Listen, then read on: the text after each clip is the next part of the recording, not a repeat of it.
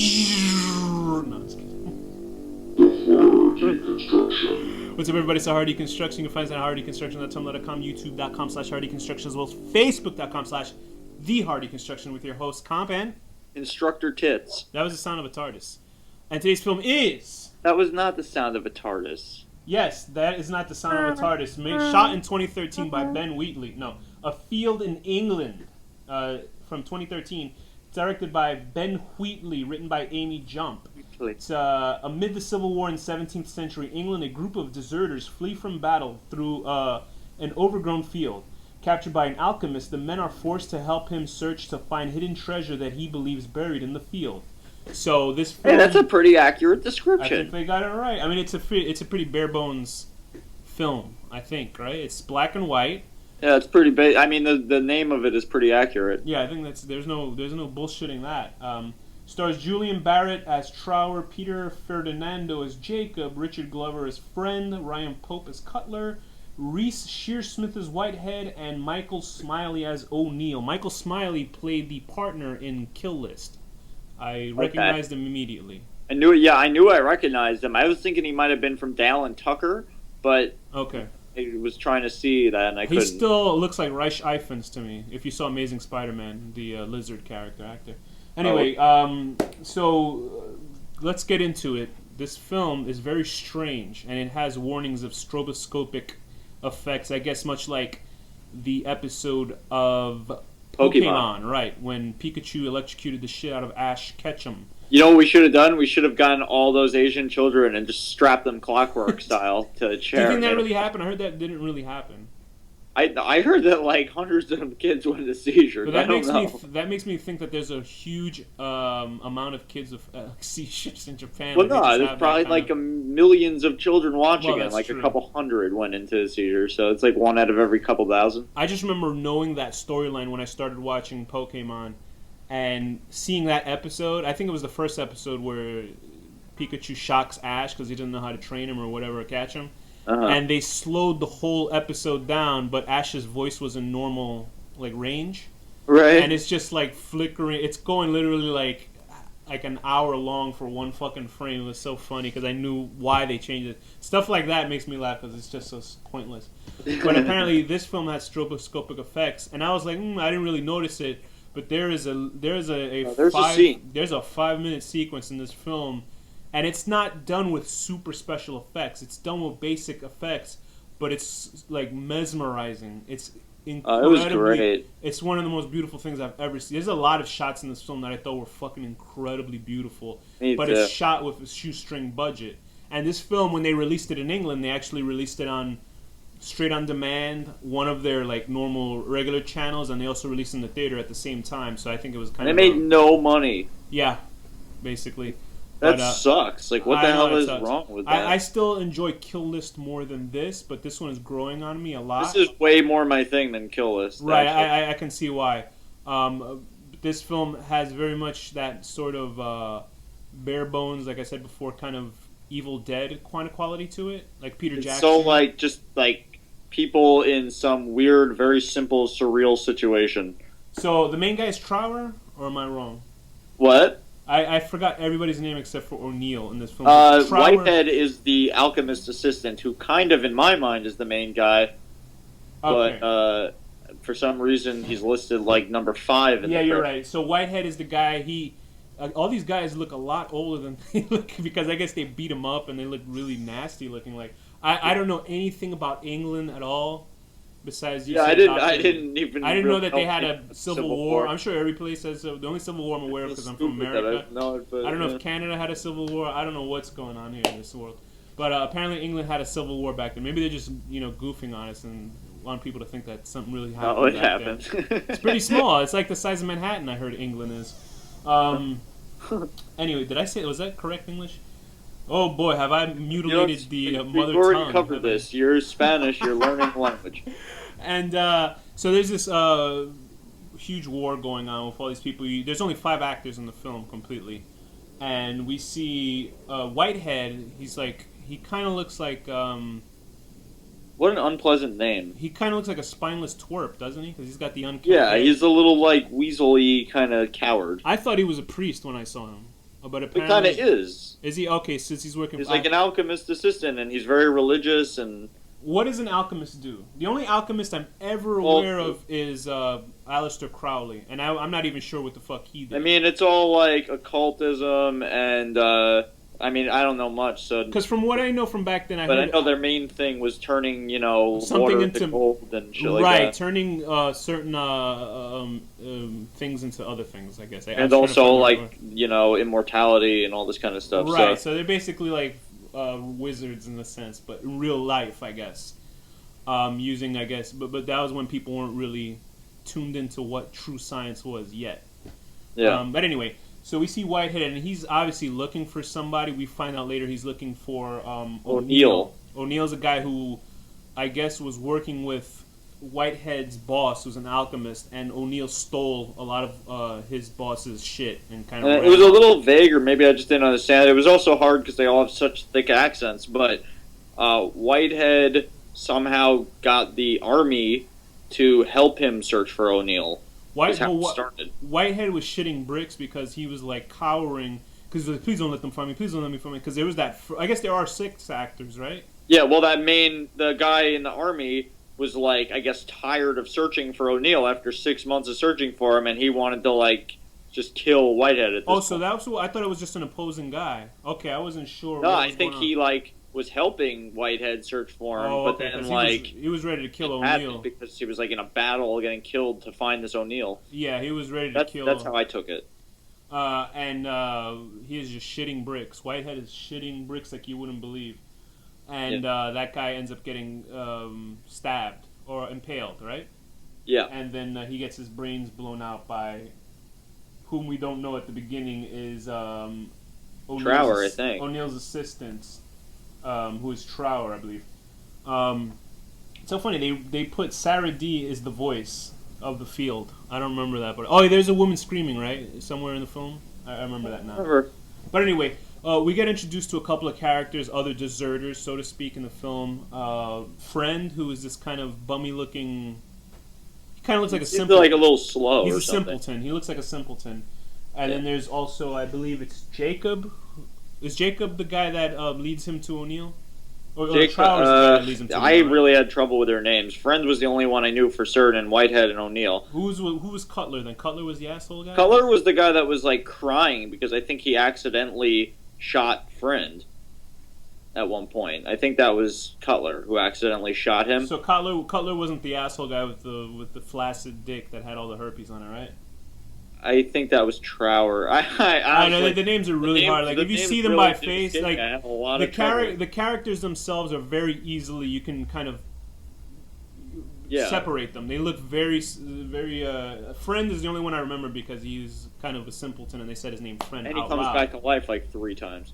And which is very weird. What was this film trying to do? You think? Oh, I mean, it was definitely not meant to be taken so literally. It's kind of art housey. It very much so is art house, and it was so funny because the director Ben Wheatley, they were interviewing about it, and he said they specifically went with how they explained stuff in the film by not explaining it because as the viewers we're dropped into the film. We don't have a character. He explained it like this. He said when you see. What was that Tom Cruise movie, the science fiction movie, where he was able to, with those 3 people, predict deaths and stuff? Minority Report. How like Tom Cruise is so funny because you gotta just Google or YouTube Ben Wheatley / Field in England, and he's explaining how Tom Cruise in that film is in the future and he lives in the future, but he's still absolutely amazed by the fucking the equipment that they use in the future. It was like, no, because you use it. Would you do a film where you and I are using an iPhone and look and stare at the fucking iPhone like we don't know what's going on? Well, sometimes I do, to be honest. That's true. It's because we're idiots. But in that setting, nobody in this film is really amazed by what they see or what they do because they're in that timeline. They're in that frame of reference. Everything they know is what's normal to them. So we don't have a character that explains to us what is going on. Like you don't have. Yeah. Don't dumb it down for the audience. Right, and you could have easily done that with them explaining stuff to Friend's character, but they don't.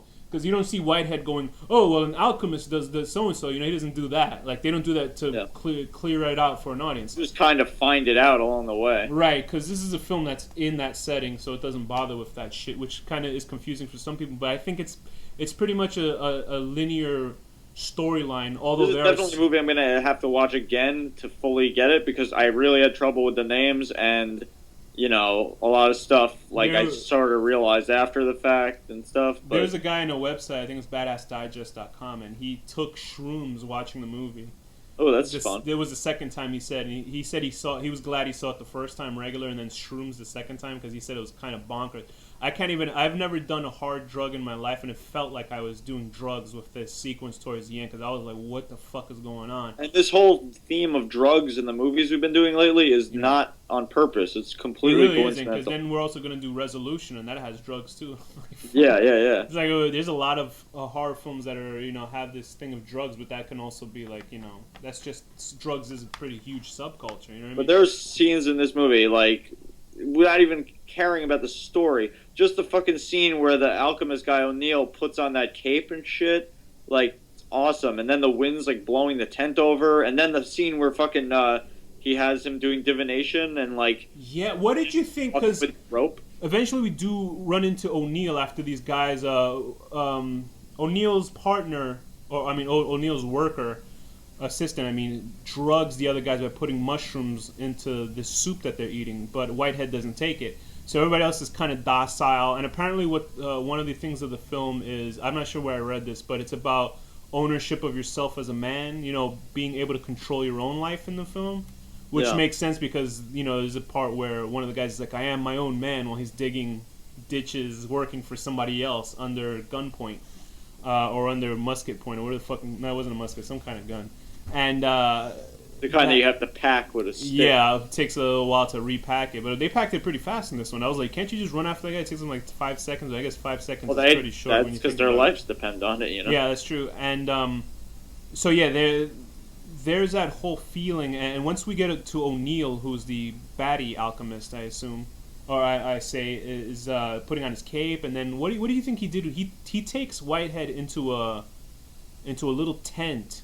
And Whitehead starts screaming like bloody murder, and it's really disturbing. I thought he was raping him originally. Well, I think it's supposed to just kind of be like, whatever you want to imagine he's doing. Then, like, Whitehead's in like a trance, and he's got this creepy smile, and he's walking out with a rope. That was like, I love that shot when he walks out of that, and it's literally like a 2-minute shot or something like that. Oh, of that's Whitehead. Amazing. Like, Whitehead, I have like visuals like that in my head. It's beautiful. This is a film where it has visuals where you remember it, because Whitehead comes out and his eyes are like rolled into his head, and he has this slovenly walk.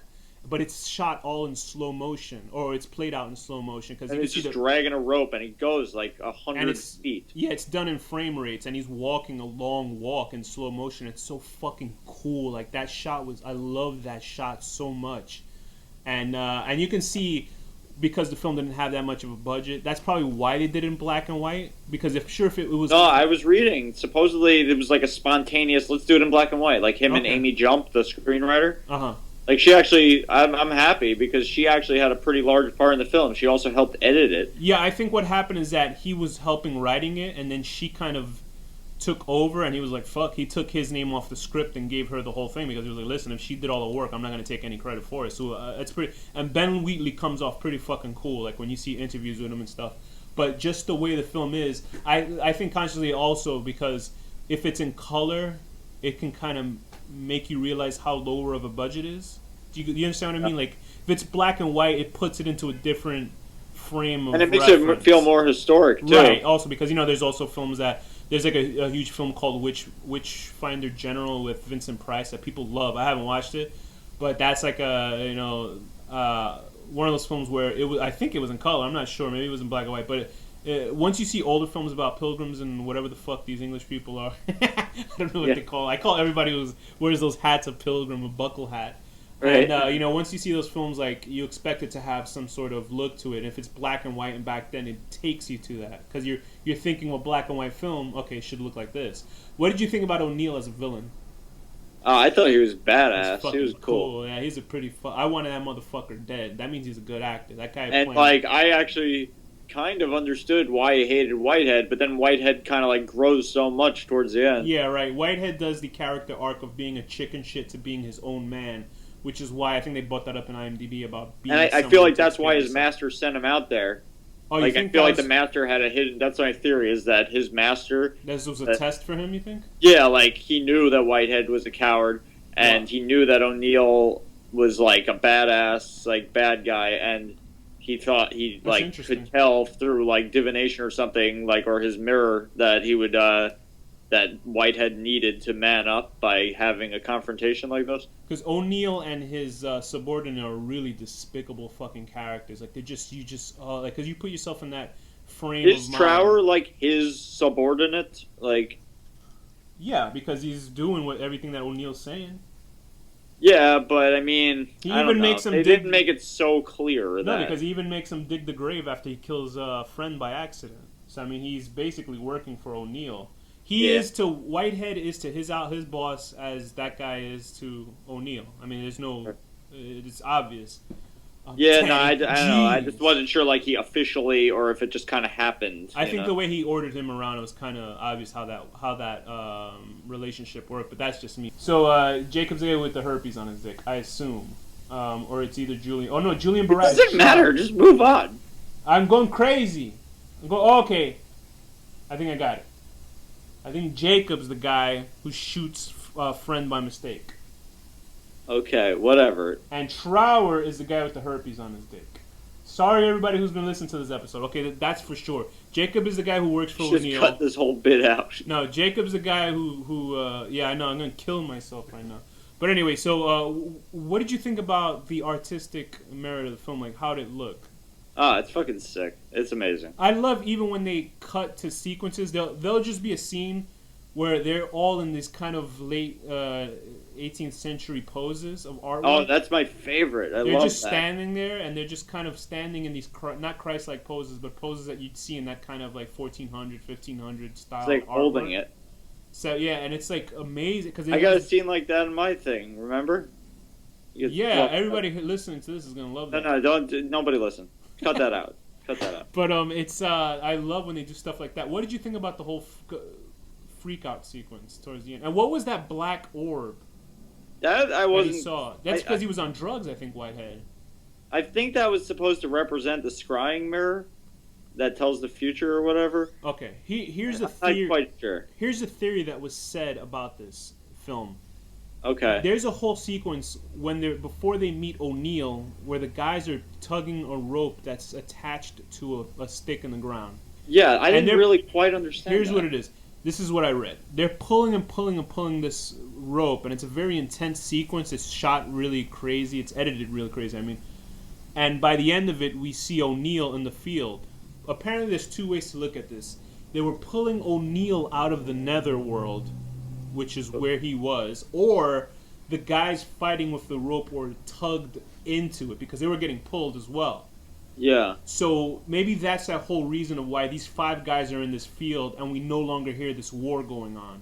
Well, you know what's weird is that then at the very end, you know, these guys have already been killed and now they're waiting for Whitehead at the very end. Maybe it is the netherworld. I don't know. Yeah, because that was the theory online that whole rope thing was that them pulling him out or they were getting sucked into this other dimension.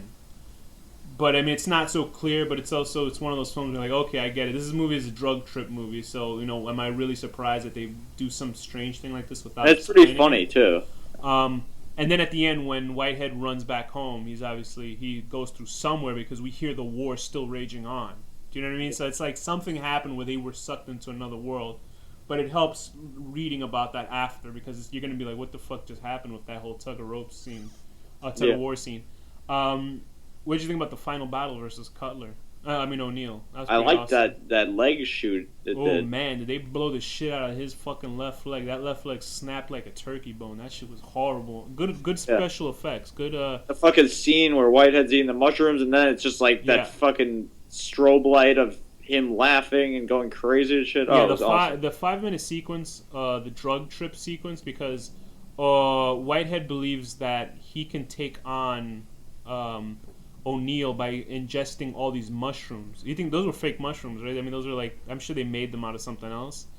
I'd like to think that they were real. He's still crazy to this day, the actor. But yeah, he ingests all these mushrooms because he feels it's going to open up his eyes to fight O'Neill or take him on in some respect. I don't know how, because apparently ingesting all these shits was a way to get clarity, and it leads to like I would count maybe 3 minutes, 2 minutes. I don't know. It feels 5 minutes. Maybe. It's a while. It's a while, and I actually got scared that I was going to start having a seizure or something. Because it's so crazy. Like I can't even explain what you see. It's basically they'll split a screen and double the image up or flip it and just have these weird movements. Like there's a shot of Whitehead falling on the ground multiple times and shit. And lots of like double negatives and weird shit. Yeah, and then part when O'Neill is whipping his cape open, but they doubled the image so it looks like it's sucking itself into him. And it's just fucking nuts. Like I literally was like, is this what a drug trip feels like? Because I don't want to take drugs. But it's beautiful looking. Just stylistically, it's one of the most beautiful things I've seen. And it leads to Whitehead's battle. I guess Whitehead grew some balls, you know? Yeah. And there's like the only thing I didn't buy that they're in a field and it's like, I don't know how you can hide from a guy in a field that small. Because, you know what I mean? I guess they had I guess the grass is really high. It didn't seem like it. It seemed like you could literally look at the guy and see him there. But they're basically having a duel with O'Neill, and Friend comes back alive. So maybe this isn't. You're right. Maybe it is this other world where O'Neill, Friend keeps coming back, and then Friend, like an asshole, says, "Hey, they're right here, you cunt." Yeah, that was weird. Why did he do that? I mean, I know he's a simpleton, but maybe he was lost on what was going on. Like he didn't really think that O'Neill was a bad guy or something. I liked his message to his wife. Yeah, he fucked her sister from behind. That was pretty good. And yeah, I mean, it was a fucking strange movie. And when that whole scene when O'Neill's like on the ground and he just shot Friend again, and then Whitehead comes up behind him and does that badass shit, blows his face off from behind. That was fucking sick. That was pretty cool. And that you know what? His face exploding was great. Kind of grossed me out with the uncircumcised penis. Yeah, that was. Do you think that was a fake dick? That was a fake dick, right? I think it was real. Yeah, you're right. I don't know. That dick looked strange. English people have strange dicks. Yeah, it was strange. Them, right? It looked like some kind of weird little like weasel. Did they show two dicks or was it just one dick? I forget. I feel like it was just the one dick. I think I saw one dick too many. But anyway, I like the film. I like stylistically what it was doing. And did you think the film was a metaphor, or like I said before with? I mean, it's definitely not meant to be taken literally. Okay. That's for sure. But I mean, it's definitely open to interpretation. Do you think this is a pro-drug movie or anti-drug movie? I would say that this would be pro-drugs. Yeah, sort of, right? Yeah. I enjoyed the shit out of it. I thought it was great. I want to watch it again. Yeah, I do too. Just to get the fucking names right, because it's so hard to keep track of them. Please, sorry guys for that 5-minute shit I completely. Yeah, you should just cut that out. Destroyed this episode, but I enjoyed the shit out of it. Stylistically, it's great. Talking more and more about it, I'm enjoying it a lot more. Thinking about it, there's fucking beautiful artistic shots in this film. It feels old school. The characters are all enjoyable. The villains are fucking assholes. The good guys are, I guess, decent. There's no real good guy in this film. Whitehead is, I guess, decent because he's kind of a chicken shit. I like Whitehead. He's a good guy. Yeah, he's a good guy. But other than that, I think it's fucking home run. It's not the same film as and it's so low budget, so it just disproves this idea that you can be inventive. $100 million to make a good film. You can be inventive with low budgets. It's a completely different film from Kill List, but don't take that as a detraction because it's two different types of film. And I did enjoy this. I might have not enjoyed it as much as Kill List, but I did enjoy it a lot. So I mean, but that's just me. I think you'd fucking enjoy it just in general because it's such a and one more thing. It's not really a horror movie at all. I can see where they can get the psychological horror aspect from it, so I'm taking it that way. Because there's psychological shit going on and seeing black stuff in the sky. It's the same reason why people would think Donnie Darko has elements of horror because it's doing creepy shit. Horror, I think... But no one would ever say it's a horror movie. I think horror... You gotta think, where would Blockbuster put I think it? Once you see Frank in Donnie Darko and he takes his mask off and he's a dead guy, people would be like, oh, that's kind of horror. Do you know what I mean? It's that... It's just little things just Frank, even without the mask off, was scary. Right. I mean, it's that whole aspect of something that's creepy, and I think that's why the horror genre is able to kind of, be like a multi-armed creature and just dabble into all these kind of elements. Anyway, I give this movie a 9 out of 10. seeing a guy walk into into a what is that, a teepee, or was it a tent, and screaming Yeah. bloody murder. Okay, I'm gonna give this movie. It was really good. I'm gonna give it a 9 out of 10. Trying to take a shit and screaming, and then falling into thorny bushes. Oof. I thought he fell into his own shit too, right? I'm like, is this a Yeah, boy or it a was girl? shit in like a nettle or something. I don't know. Oh, and so with that, Danny, what's the final word? Oh, virus.